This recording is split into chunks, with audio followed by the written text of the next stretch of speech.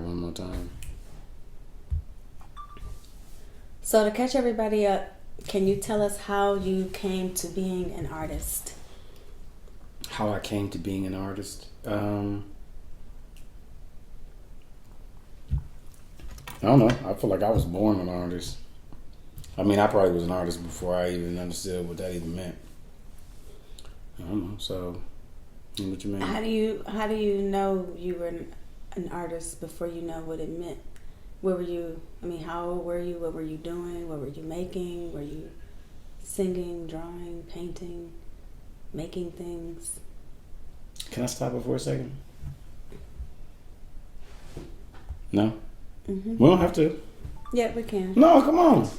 No, go ahead. Yeah, why you ain't talking to me like you always talk to me? Why you even turned into this interview voice situation? Well, I'm trying to catch everybody up because not everybody knows. I know what you're trying to do. I'm asking you why you are talking to me like I don't know. I'll stop. No, I'm just asking. You don't gotta stop, but you ain't want to stop it. So I'll stop. This is, if we was live in a podcast, this is what would be happening. Good.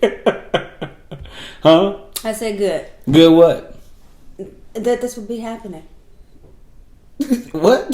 It would get our ratings up. Okay.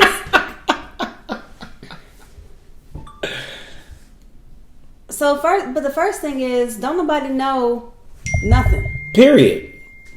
That don't change. That don't. I'm not confused by that. Okay, can you tell us? Talk to me. Tell us who you are. Well, if you gonna interview me, I'm gonna tell you that me telling you who I am. I'm saying, can you say your name? I mean, I can say whatever you want me to, but if you ask me general, open, wide open, in the whole wide sea questions, it's gonna be hard. Okay. Well, let me start over.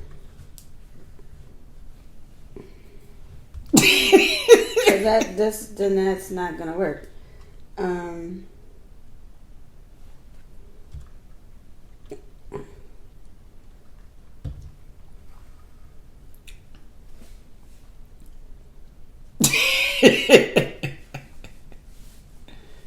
Why are you laughing? I'm laughing because of what's happening. That's why.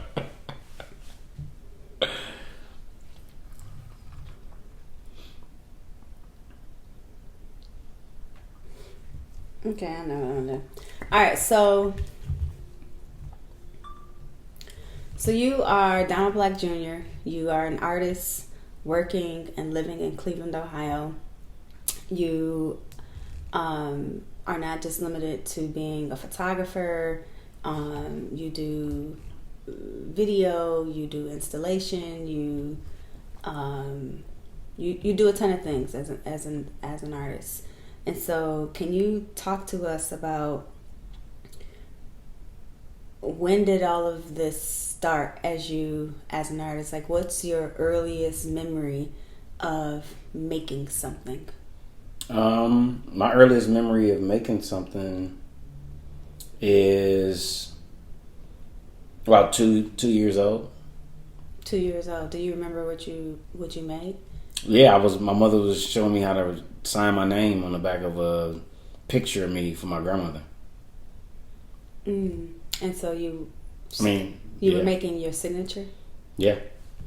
I mean, so writing, drawing is what I was doing like crazy when I was little. And that's the earliest memory of it. And did you find yourself not obsessed, but is that something that you practice, your signature or writing your name over and over, or? No. Oh, okay. Mm-mm. Okay.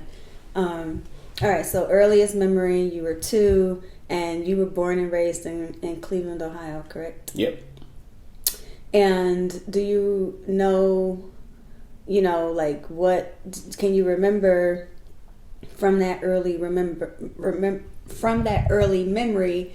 Can you remember any kind of emotions that were attached to you making the signature? Like, were you excited about it? Were you Oh, no, frustrated? You don't that. remember? Mm-mm. Okay. Well, can you take us to the memory where you can remember, like, your first memory attached to your first emotion attached to making art? Nope. No. Mm-mm. I ain't have no emotions attached to making art. You know, I was drawing like crazy all the time, but it wasn't nothing emotional. That, I mean, I was just little. You know, I was little, so I don't remember no emotions. But then when I think about getting older, I don't remember no emotions attached to it either.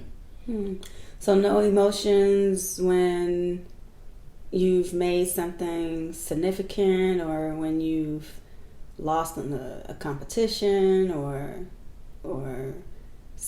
made something sentimental, or no, just no emotions attached. It wasn't no emotions. Like, I was probably detached from my emotions as a kid.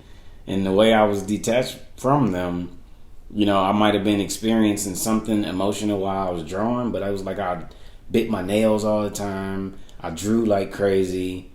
And it was what I did. And it was a quiet thing that I did. It was a very silent, isolated kind of a thing. It was the opposite of an emotional experience.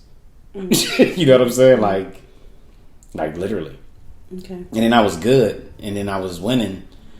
You know, so if I won, I wasn't like, oh yeah, I won. My mother was like, man, I didn't even know you did this. Why you ain't tell me?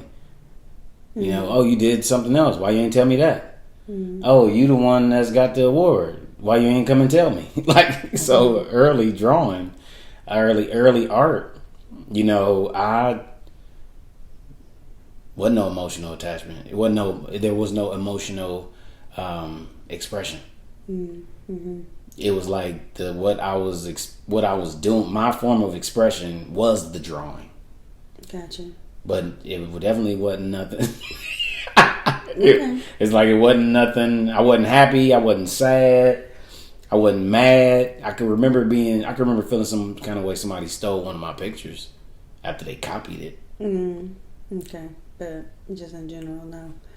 Yeah, no, I mean, I remember that situation, and I can remember being upset because I was upset that somebody was trying to draw something that I was drawing. And then I kept thinking, like, what if when she take them and give them back to me, I get the wrong one? And when she passed them back at the end of the year, they gave me the girl's version that she drew with my shit. Wow. But I didn't express anything. Okay. So you were born and raised in Cleveland, Ohio, and you've been making work and working in Cleveland for what? How much time? Working my whole life. Your whole life. So okay. And I know you spent a little time in New York. But so basically, for the most part, you went away to college. You went to New York. When I came back from college, when I come on breaks, I go to school and teach. While I was living in New York, I come and stay in Cleveland, do workshops the whole time that I was. It ain't been no time that I ain't been actively working in Cleveland. Okay. So, you know what I mean? Like, I ain't go away and was gone. Okay, so even when you were away, you were still... I come here for 2 months and do workshops. Okay. So can you talk to us about like the like what is like the Cleveland art scene, art world? Can you paint us a picture of it from like what was it like being an artist, or what is it like being an artist living in Cleveland? Like has the landscape changed? Has it remained the same? Has your experience been what has it been like?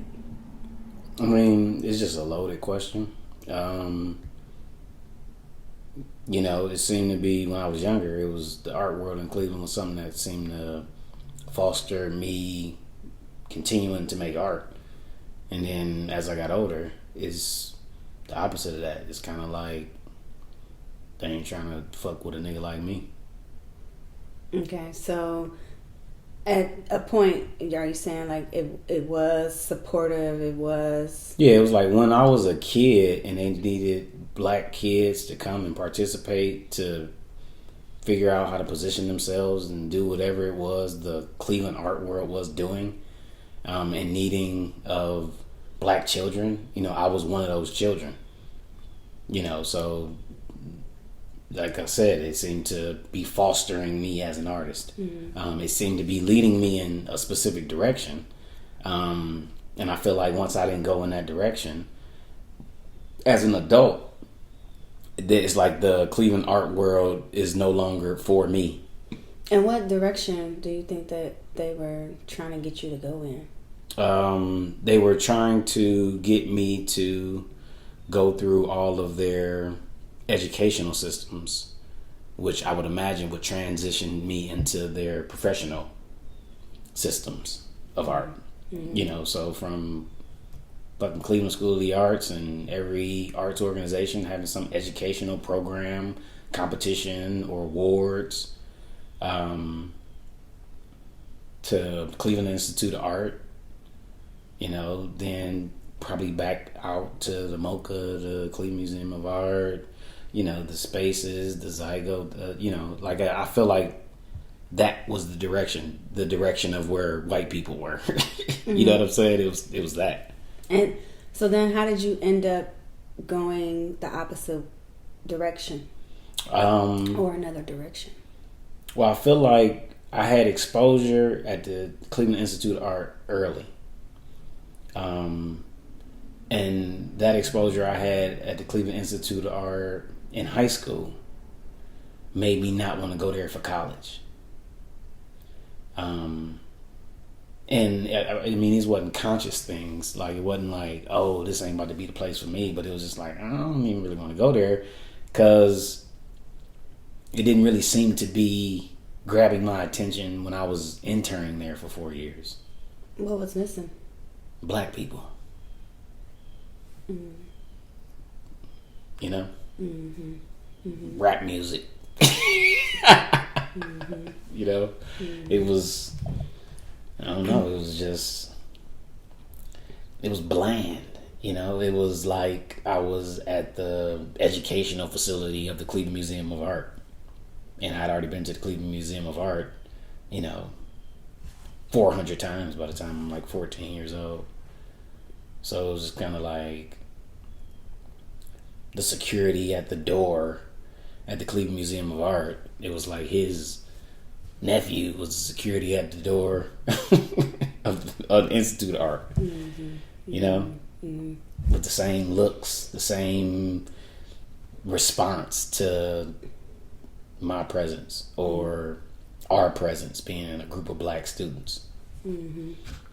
So how long do you think you sort of like quote unquote participated in the direction or in the world that the Cleveland art world is before you decided this isn't for me, I'm going to go in another direction and do my own thing? 30 years. 30 years. Yep, it took me 30 years to even remotely accept that this is not the direction I'm supposed to go. Mm-hmm. Because even when I'm not going to the Institute of Art, I'm still going to this other place. You know what I'm saying? Mm-hmm. Mm-hmm. It's like I'm not realizing that it's a system. At 18, deciding not to go to the Cleveland Institute of Art for college. Mm-hmm. I'm not understanding it being a part of a system. It's kind of like, oh, okay, so maybe I'm supposed to pursue this part, mm-hmm. or this place, or this place, or this place, or this place. And then I look up, and it's all the same people, some way, shape, or form, in all of the places. And then I'm like, oh, so now I'm 28. And I'm seeing what a system looks like. Mm-hmm. You know what I'm saying? Mm-hmm. And then even then, I'm thinking that I'm a product of this system, so I'm supposed to be in this system and I'm supposed to contribute to better the system. Mm-hmm.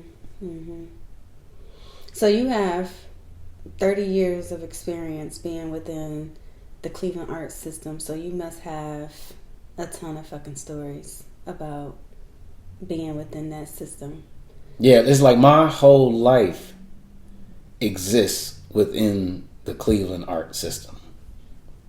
I got more memories attached to the Cleveland art system, or an equal amount of memories in the Cleveland art system as I do in my regular life. Mm-hmm.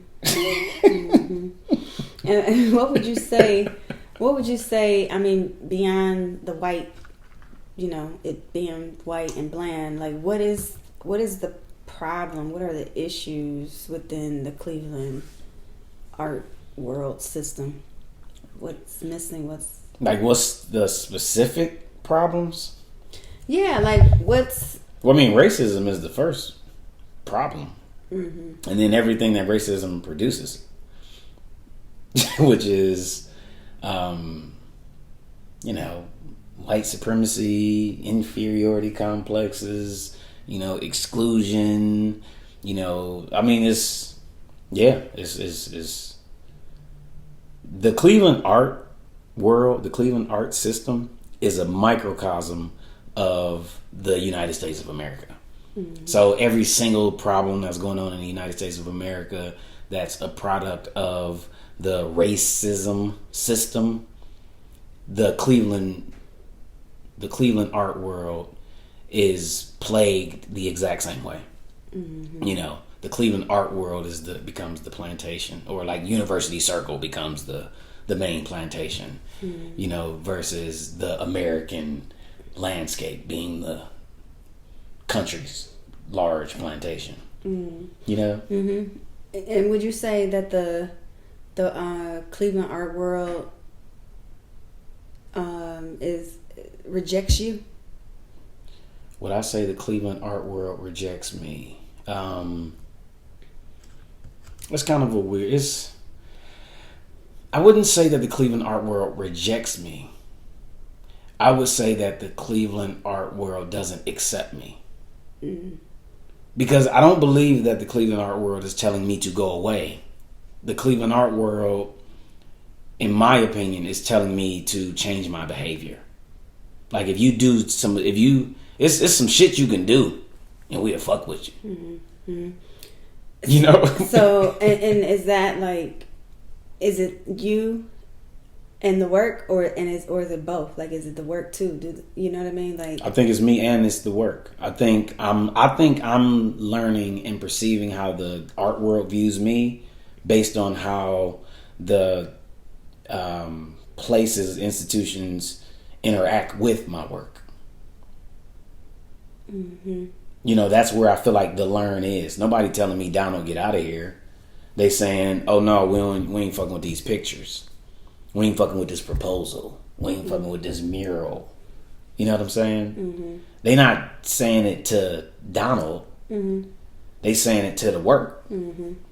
And why do you... I mean, other than it being... I'm assuming that the work is black, it's loud, it's hip hop, it's... all of the things that you said is missing from the art world.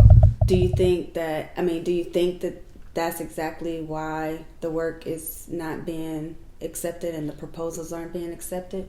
I think the work isn't being accepted and the proposals aren't being accepted because the way I represent myself and the way black people are depicted in my work, in the perspective, my proposals or statements or ideas of what I think is a contribution to it all, the way the way I approach all of that stuff, I don't believe it fits within the perception of the people who support and function and flourish in the Cleveland art world system.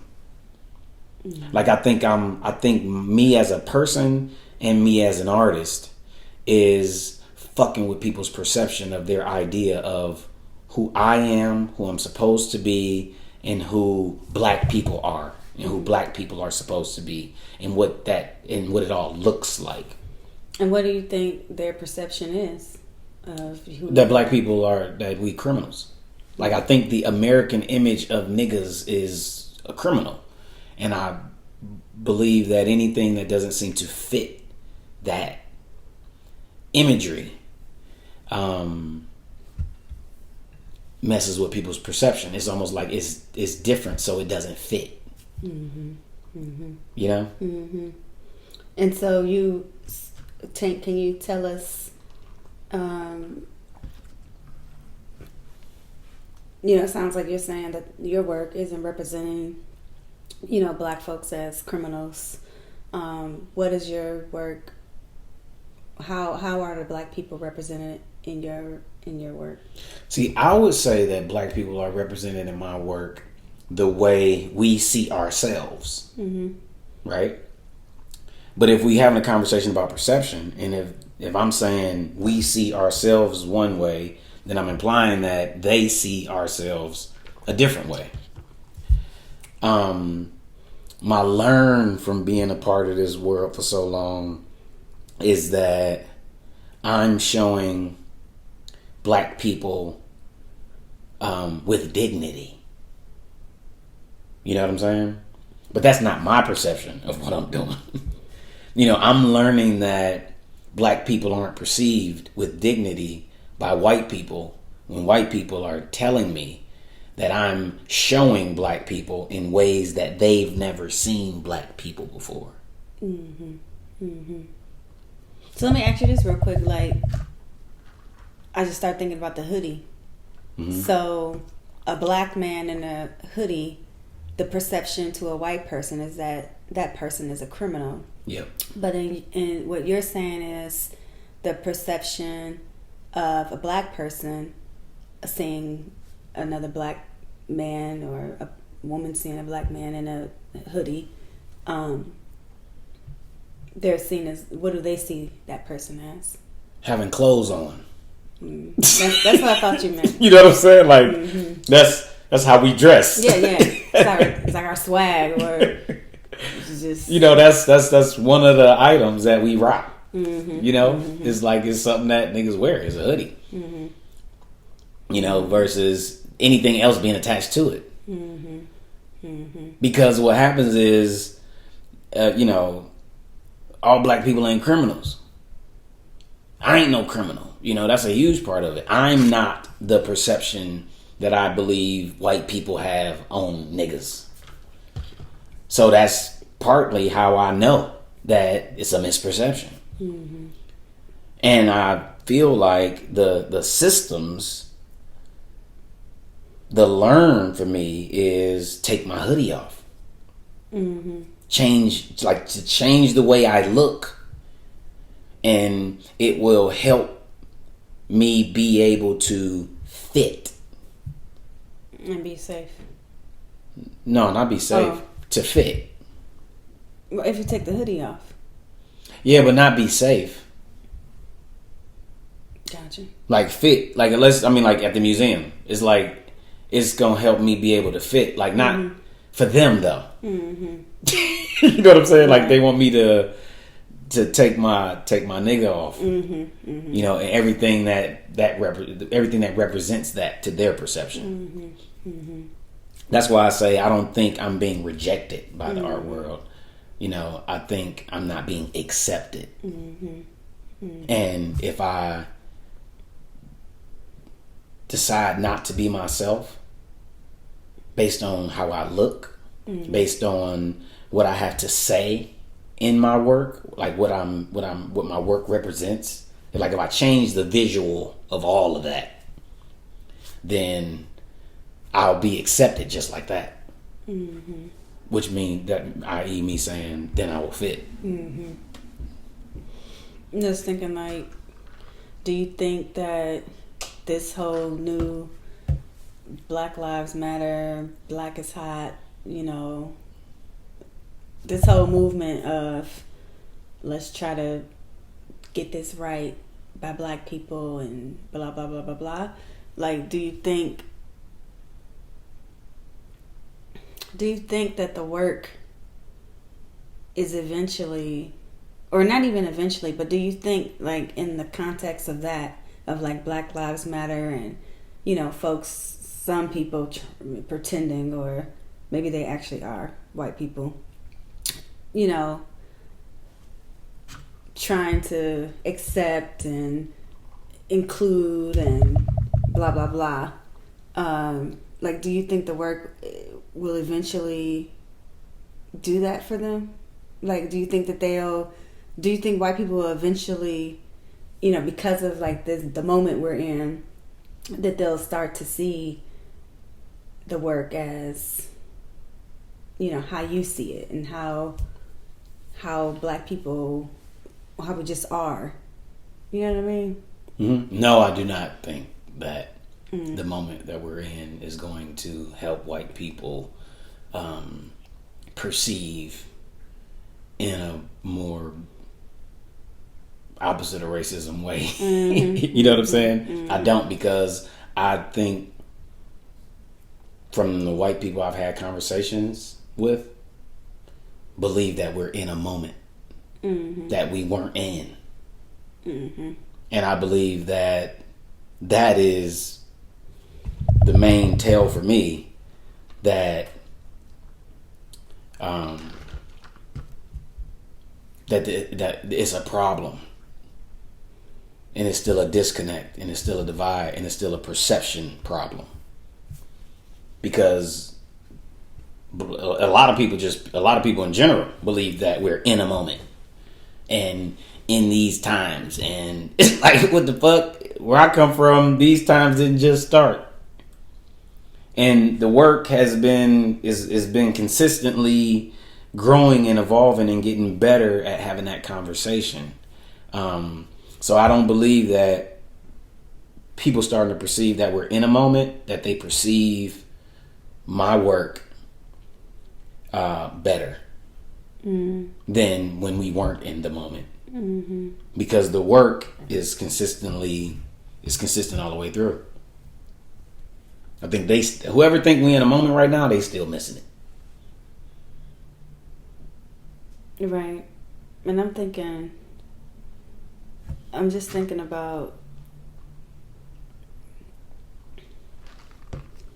yeah, all of the statements of solidarity, and, you know, the white people out marching and protesting, and I see that. I see all that as I got a black friend statement. You know what you're doing and how you see things, I don't really believe goes hand in hand. You know, I don't think it's I don't think this moment that people think we're in is changing people's perception. And if it is changing people's perception, I don't believe it's changing people's perception to the point of being completely transparent. Do you think it's helping Black artists get included if they've been excluded? I think it's creating an illusion of inclusion, is what I think. I think that being seen as victims is a part of the moment that we've always been in. I think white visual related places play a huge role in us being seen as victims. And I believe that that is the stuff that is being pulled and getting a level of exposure and attention. You know, I think it fits with how the environment sees and wants to see Black people, and has already accepted that we can see Black people as needing our help. We can see them as being victimized. That's comfortable for us. So that's the stuff that I feel like is being highlighted or being elevated.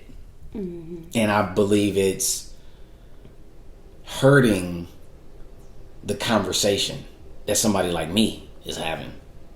Because it's like, well, Donald, don't you think, there's more opportunities? Okay, so now there's 10 opportunities versus none, in contrast to somebody having 1,000 opportunities. So now my view of exclusion is being challenged with a 1% opportunity, on 1,000, things being awarded. It's ridiculous as fuck to me, but people have that argument. And can you yeah, that's true. Can you tell us about a time when you felt or knew you were being excluded? You or the work was being excluded? A time when I knew? And maybe it's not the work, but maybe it's an experience you had, like where you were like not being welcomed in a space, or not being accepted, or not being embraced in a space, or with the work, because you are a black male artist. Or is there because I know you talk about being excluded just in general, just because you're a black artist and you don't even see call for art, you don't see a cause for art specifically for black men, so that can be a form of exclusion. Or right, it's interesting because I think my perception of exclusion is kind of an action from outside of me. Like, I feel like I exclude myself more than the stuff is excluding me. Oh. But I see what you're saying. If they're not asking for me, that is a form of exclusion.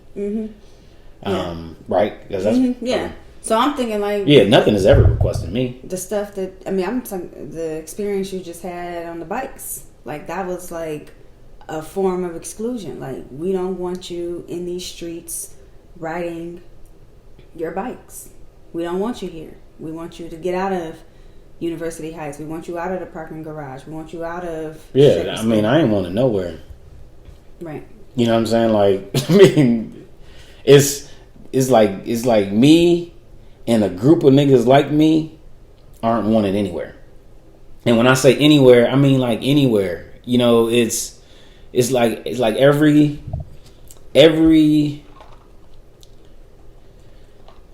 how to explain it? I mean, it's so many, laws and rules and policies, that cross all kinds of fucking sectors that are put in place for me specifically as a black dude not to be able to be there. I mean, it's like wherever I would be, a sign go up saying I can't be there. So if I ride a bike, if I go to the plaza and that sign say no skateboard, no bicycles, and I can watch white people ride their bike on that fucking sidewalk, because I'm checking to see. I know the moment I do, then I have to take responsibility for breaking the rule.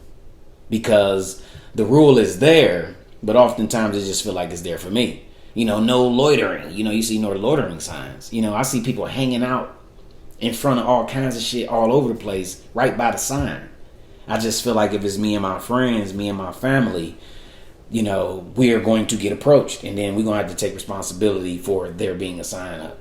When you look at dress code signs, the whole fucking dress code sign is my closet. And if I don't got something in my closet, some nigga I know got it in his.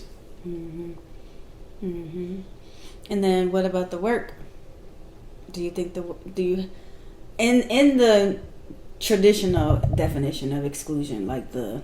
Well, in my opinion, when I'm feeling excluded, the work is being excluded. Okay. To my perception of exclusion. And you said in almost every situation. I mean, I've been applying for stuff since I was 18 years old. I mean, I would argue that I probably didn't apply to, I don't know, over 400 or 500 things in 20 years.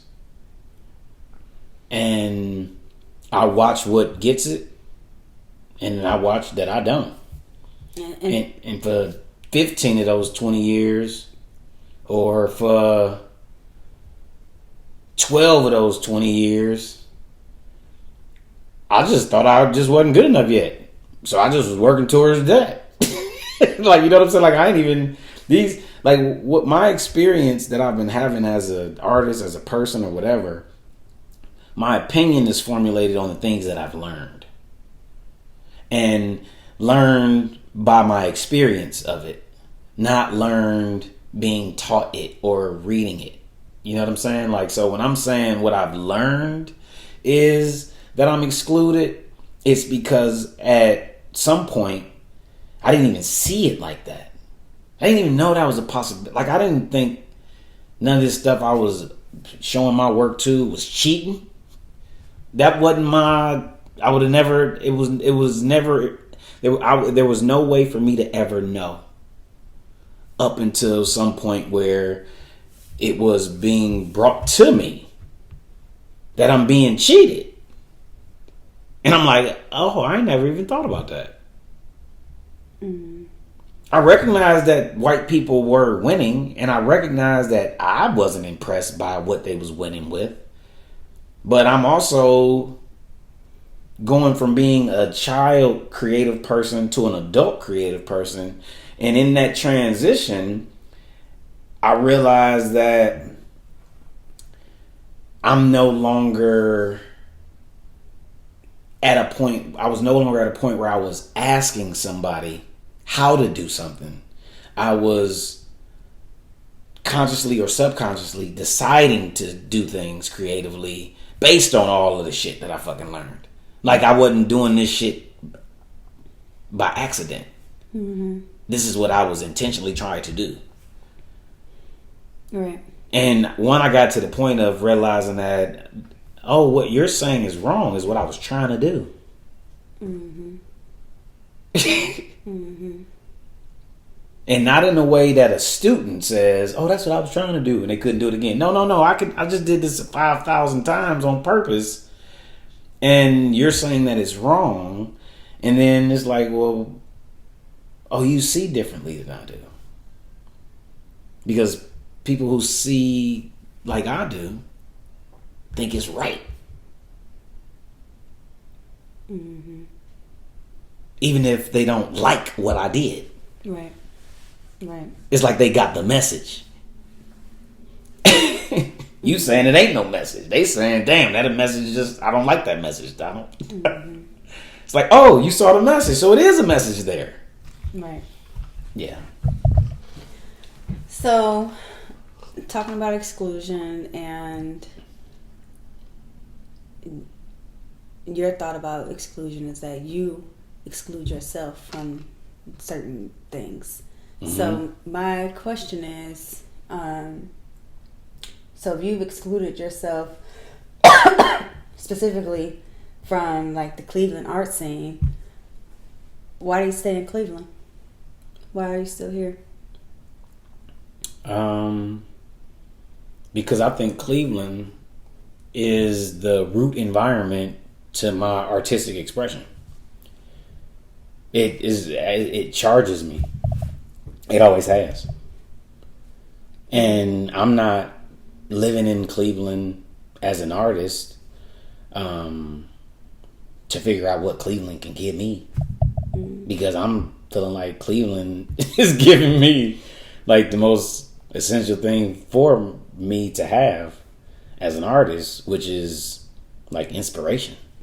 You know? Like my relationship with being an artist in Cleveland started with me being so unaware of what it even means for it to be a world. That I've been accepted what it was providing for me. Cleveland. Once I realized that there is an art world, I recognize that the art world has always been completely disconnected from what was inspiring me to make art since I was little. Like, it's a bigger world, surrounding the art world. Mm-hmm. Would you say like, and would you, say, and would you say, and also,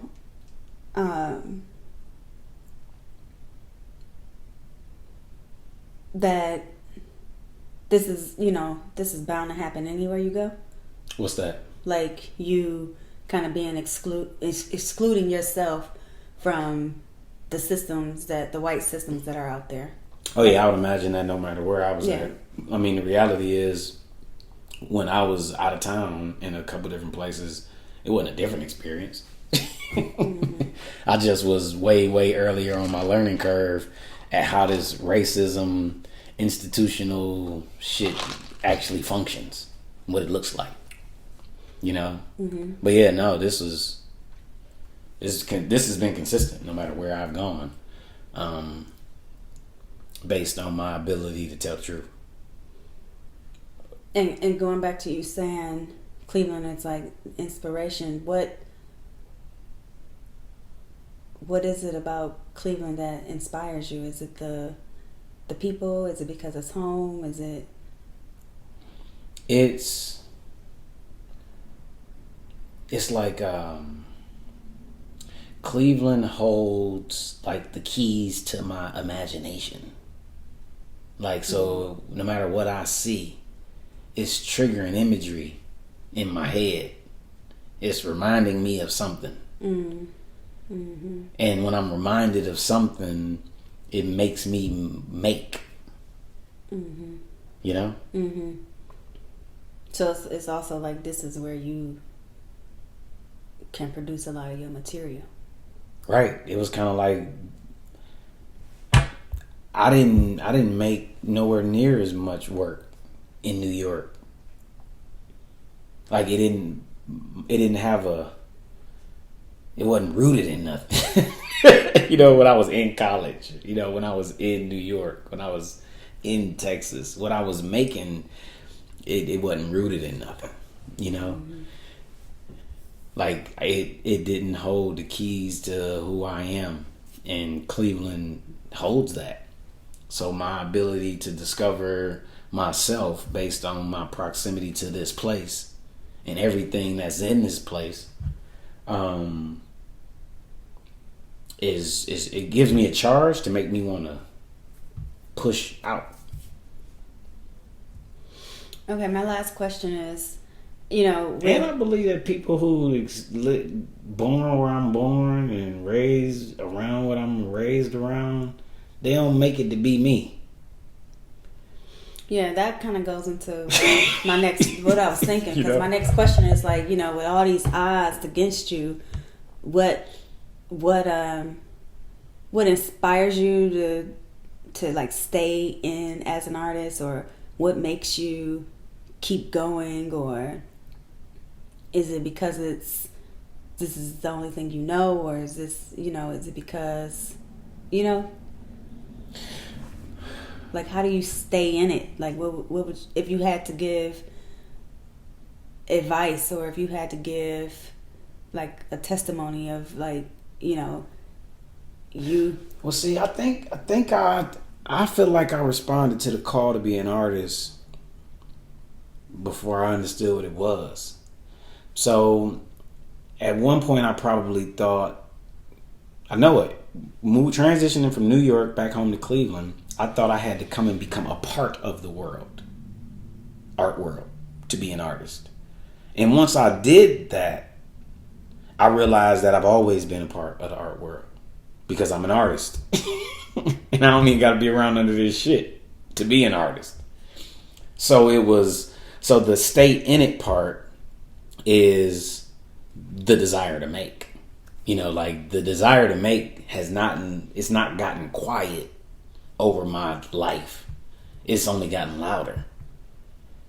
Mm-hmm. And I feel like Cleveland has allowed me to express more and more and more of that loud call that's in my head and in my body to make stuff. It's the perfect place to be. And I would argue even if I wasn't from here. Because if if you can figure out how to separate from the shit that you don't need to be a part of, you got all of the time in the fucking world to make shit being here. You know what I'm saying? It's like, it's that. And then me feeling like the way to influence or change something is to be louder than it is. So I feel like all I gotta do is just keep making the work, because making the work is my loud. And if they made a list of Cleveland artists, I would imagine I might be on it. You know what I'm saying? Whether I perceive myself as a part of the world or not. It's what I know. It's the only world that I know. Or one or two worlds that I know. You know what I'm saying? Mm-hmm. So I recognize that I don't have to actively make an attempt to participate, to be a participant of it. Because I formally stepped into it when I was 9 years old. From the first time I caught the fucking bus at University Circle. So it was like I was born in that world, so to speak. So for me, staying in it is automatic. Honestly. Mm-hmm. But I didn't deal with none of the bullshit that I knew of when I was a kid. So because what I was doing was making art. Or trying to learn what making art was. Trying to figure out if I'm an artist and all that kind of shit. So I already know what that's how you stay in it. You just keep fucking making work. Mm-hmm. You know? No matter how you perceive yourself, in it, not in it, or how the world of the shit perceives you, it's like, yeah, it's making work. That's what you was thinking? Yeah. Oh. Yeah. That was perfect. It's 45 minutes. Really? Mm-hmm. We done? Yeah. Cool. I mean, we could keep talking, but that part is done. Because I ain't trying to transfer.